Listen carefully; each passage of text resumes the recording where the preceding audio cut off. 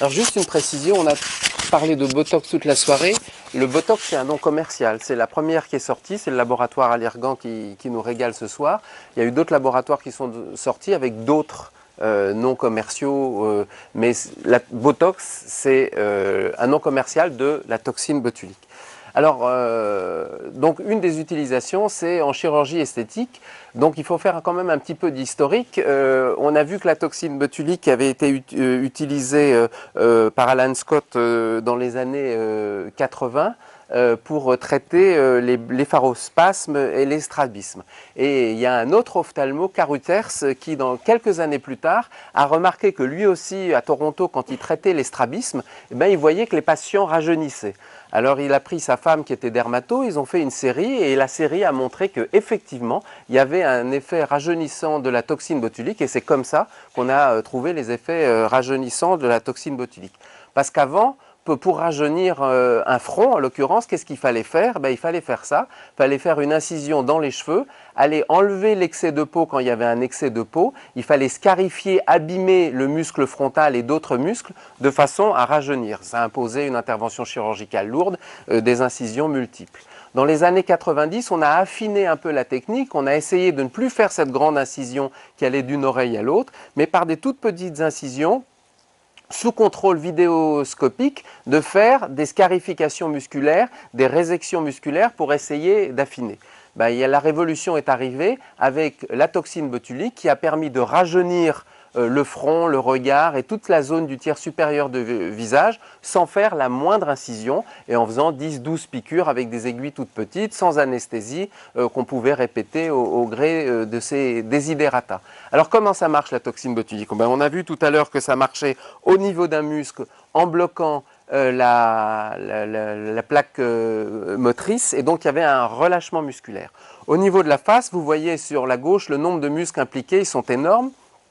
Donc il y a un deuxième mécanisme un petit peu plus subtil qui est un effet de balance musculaire. Par exemple, comme tout à l'heure ça a été évoqué, au niveau de la queue du sourcil, il y a une action antagoniste entre les releveurs de la queue du sourcil, le releveur du sourcil et les contracteurs. L'orbiculaire va contracter, le frontal va relever.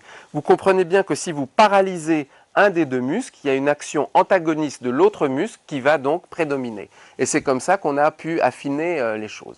Donc, une chose capitale, c'est l'anatomie. Pour nous, c'est la clé de l'utilisation de la toxine botulique. Il faut parfaitement bien connaître l'anatomie du visage de façon à savoir où sont les muscles pour pouvoir injecter dans de bonnes conditions. Alors en 2 minutes, on va faire un zoom sur tous les muscles importants au niveau de la face. Donc la face sera séparée en tiers supérieur et 2 tiers inférieurs. Pourquoi? Parce que toutes les AMM existent pour le tiers supérieur.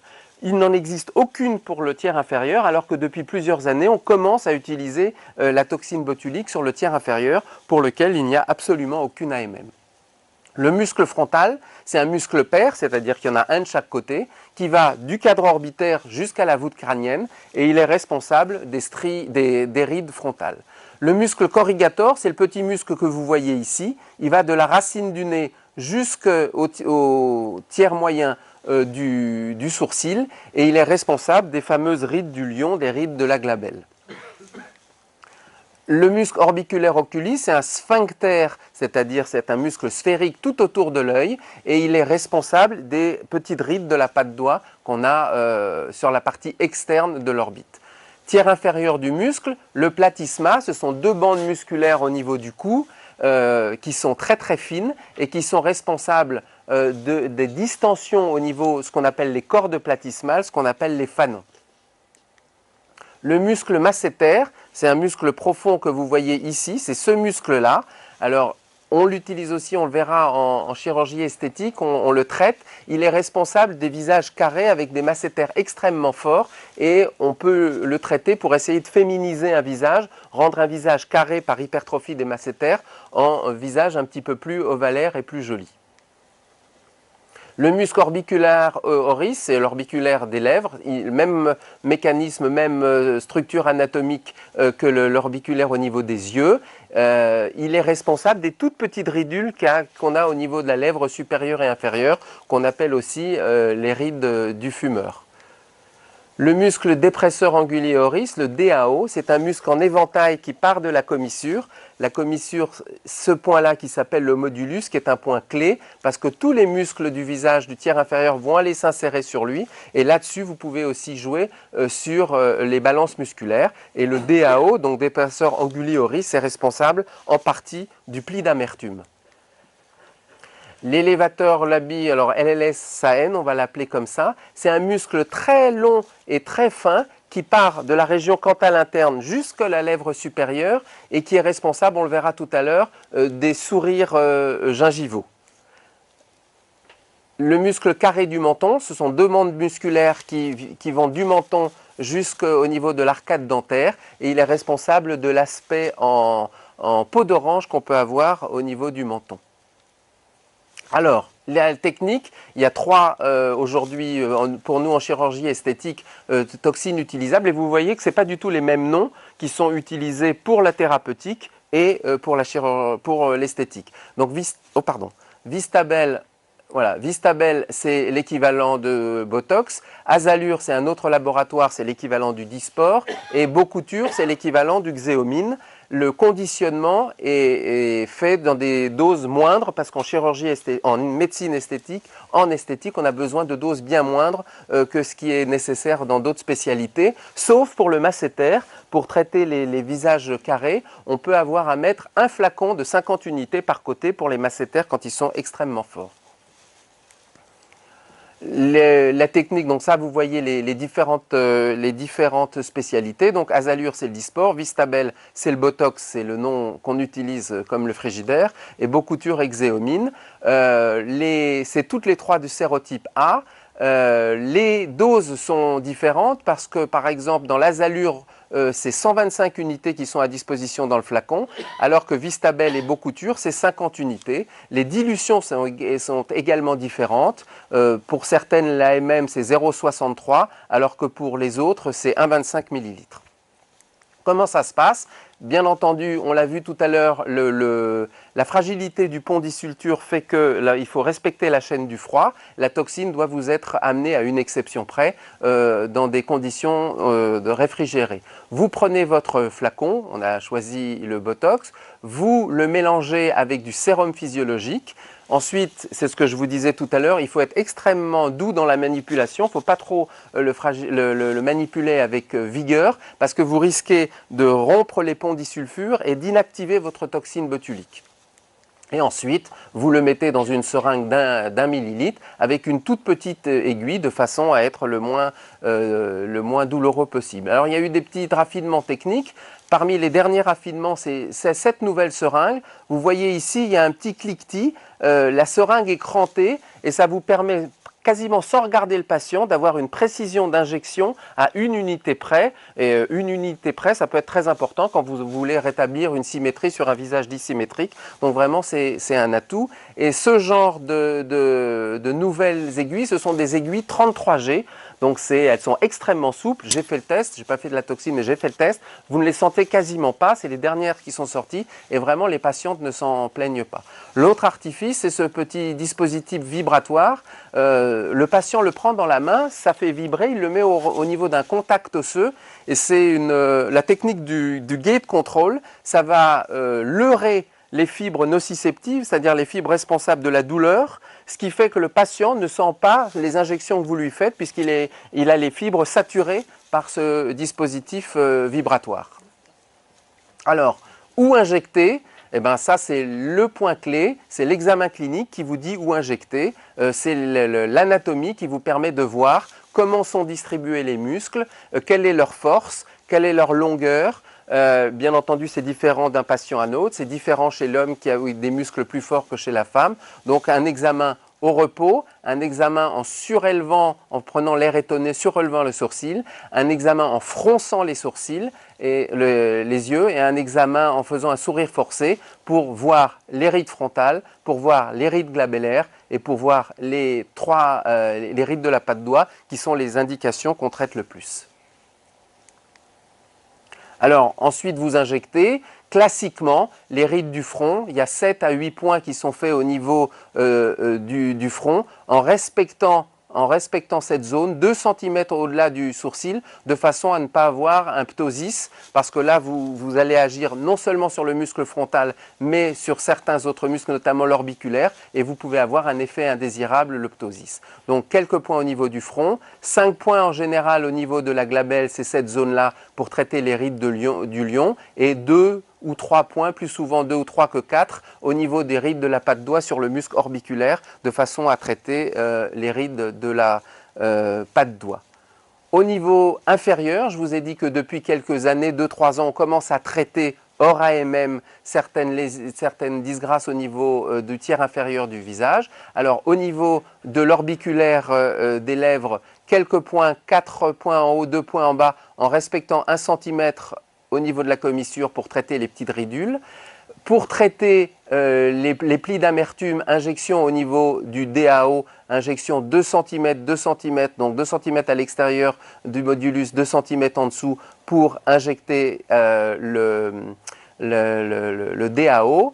Quelques points au niveau du fameux fanon, le muscle platysmal qui se relâche de façon à le détendre et faire diminuer l'aspect de fanon. Et enfin, comme on l'a vu tout à l'heure, comme on en a parlé, au niveau du masséter pour essayer d'ovaliser un visage.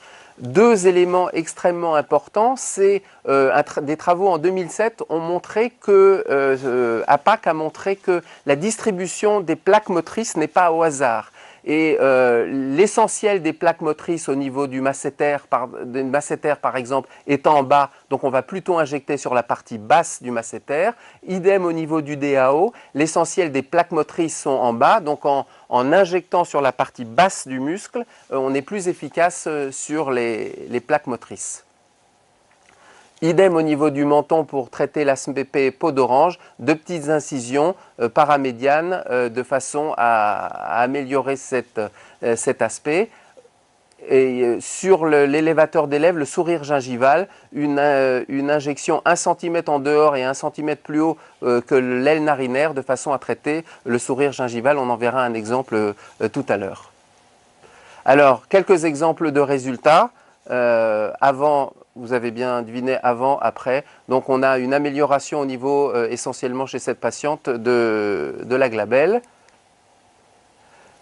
Amélioration au niveau du front, amélioration de l'architecture du sourcil et amélioration au niveau de la patte doigt. Idem, amélioration au niveau du front et au niveau, vous voyez que le sourcil, grâce au jeu des balances musculaires, a changé son anatomie après les injections. Idem au niveau de la glabelle. Voilà, on peut s'amuser à faire le avant-après pour montrer aux patientes que quand même on a réussi à estomper les rides frontales et à réorienter la queue du sourcil. Ça se fait aussi chez l'homme, avant-après, une diminution des rides du front. Alors chez l'homme, on est obligé de mettre des doses plus importantes. Alors les doses, par exemple, le Botox ou Vistabel, c'est 50 unités. 50 unités, c'est tout juste suffisant pour faire un tiers supérieur de visage. On ne peut pas traiter autre chose avec 50 unités, notamment chez les hommes qui consomment beaucoup parce qu'ils ont un muscle un petit peu plus fort.